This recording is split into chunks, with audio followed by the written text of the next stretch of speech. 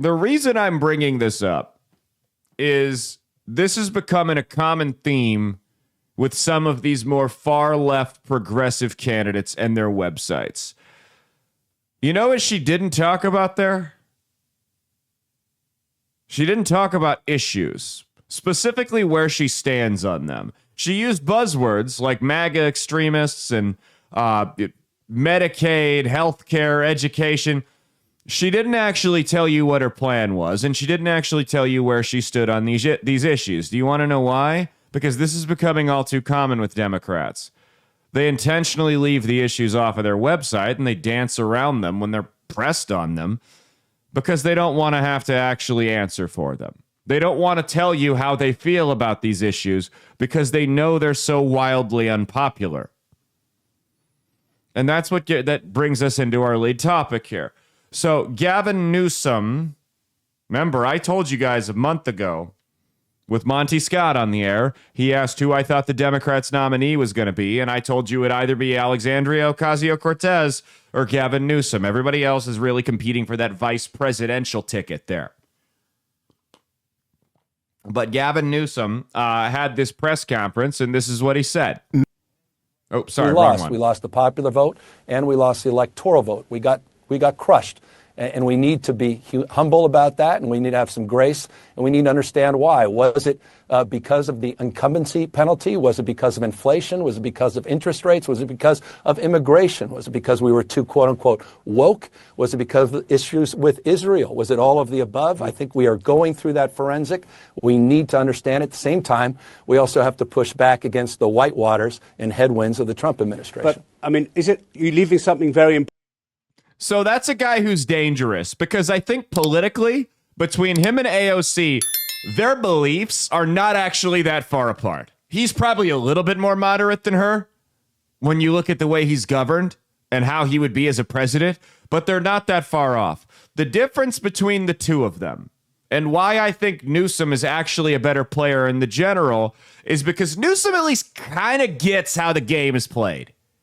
He understands it.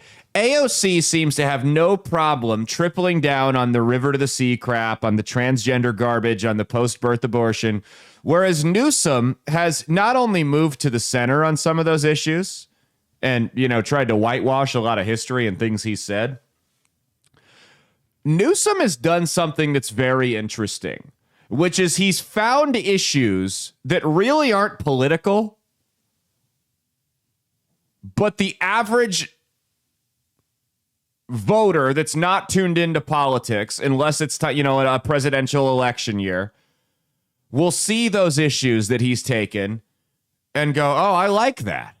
It's a very, very intelligent campaign tactic. I'll give you an example. He has inserted himself and passed a law recently, last year in California. He inserted himself into the debate on cell phones in schools, banned cell phones in public school classrooms.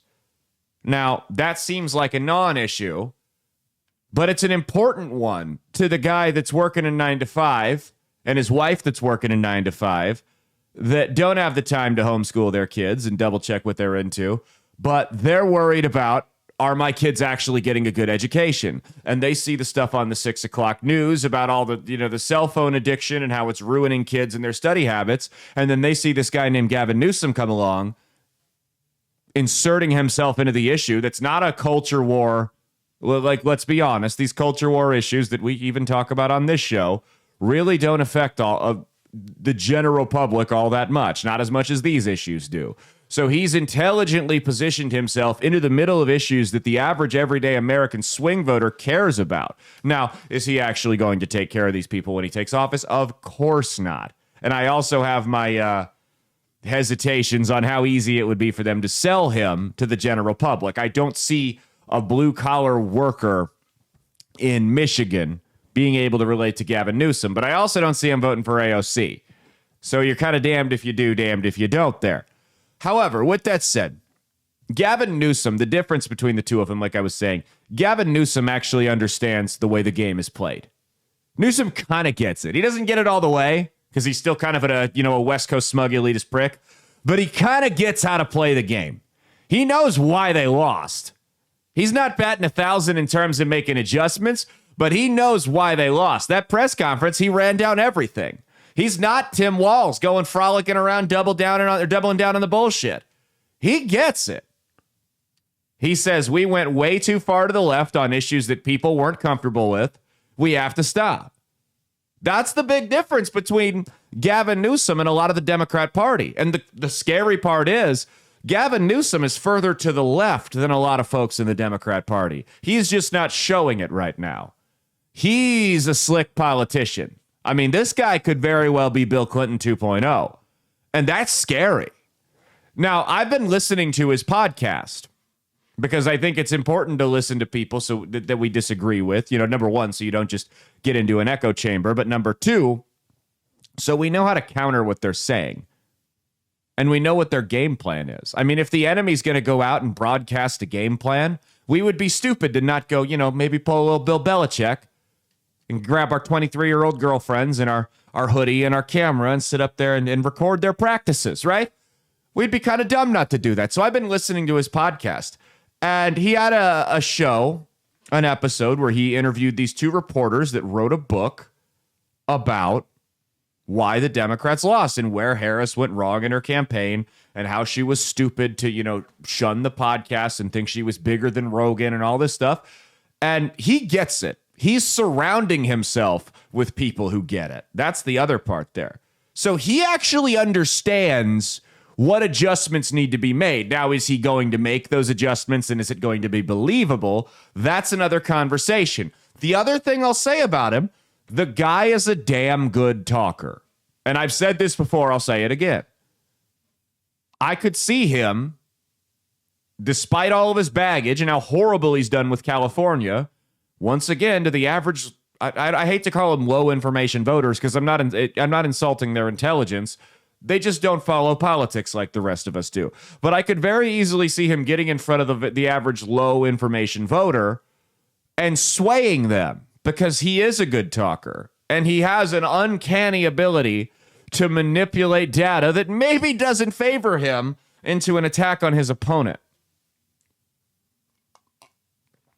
The guy is an operator in the political sphere, and we would be stupid to ignore him. So if you haven't listened to This Is Gavin Newsom, he has an episode with Amy Parnes and Jonathan Allen that aired on April 30th. Once you're done listening to this show, you should go listen to it.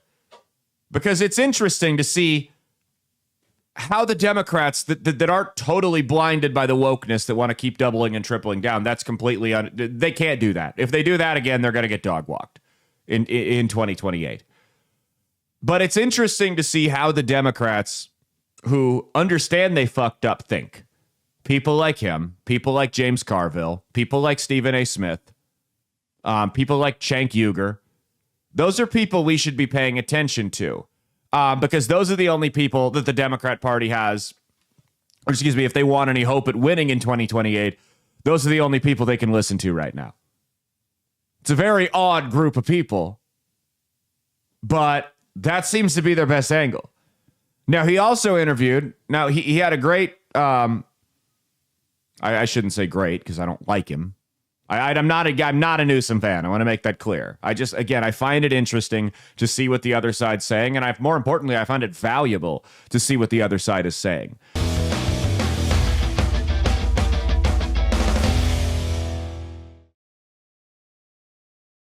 Hey, thanks for watching. If you liked what you saw, be sure to click the link in the description to get the full episode on Rumble. If you prefer to listen along, you could actually get us on Spotify, Spreaker, and iHeartRadio. You can also go to www.outlawstreamers.com to learn more about not just my show, but tons of other great shows and all the exciting projects they have coming up. Follow my socials at Caleb Isn't Funny on Twitter and Instagram, at Caleb Salvatore Comedy on the Chinese spy app that is TikTok, and be sure to like and subscribe to this YouTube channel. Thanks, and we'll see you every Saturday for brand new episodes of That's Based. Peace.